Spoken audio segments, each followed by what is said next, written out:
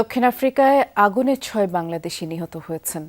সোমবার রাতে দেশটির ইস্টার্ন কেপ প্রদেশে এই দুর্ঘটনা হয়। নিহতদের মধ্যে ৫ জনের বাড়ি নারায়ণগঞ্জে, অপরজনের বাড়ি মুন্সিগঞ্জ।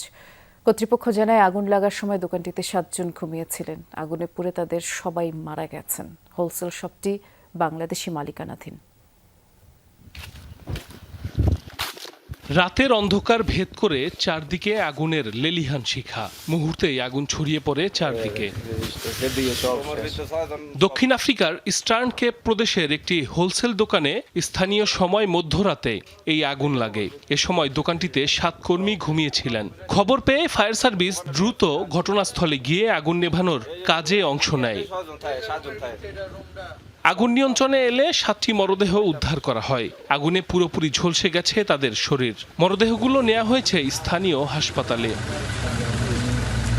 এদিকে নিহত ৬ বাংলাদেশের পরিবারে চলছে শোকের মাতম। এদের মধ্যে ৫ জনের বাড়ি নারায়ণগঞ্জ এবং একজন মুন্সিগঞ্জের বাসিন্দা। পরিবারের উপার্জনক্ষম সদস্যদের মৃত্যুর খবরে শোকে স্তব্ধ স্বজনরা।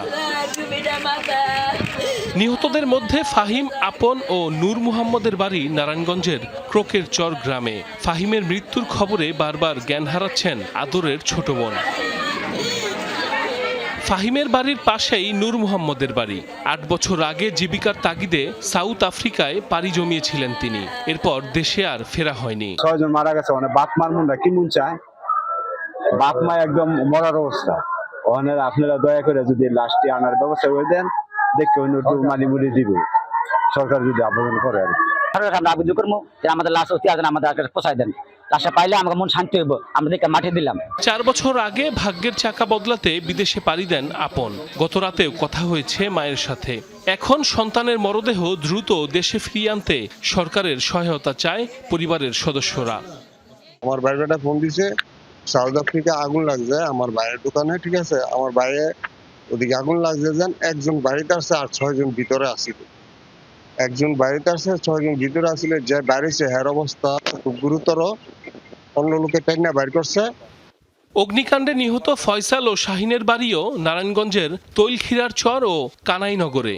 এছাড়া রাজিকের বাড়ি মুন্সিগঞ্জের মীরকাদিম পৌরসভার কালিন্দিপাড়ায়। সাইফ আহমেদ, যমুনা নিউজ।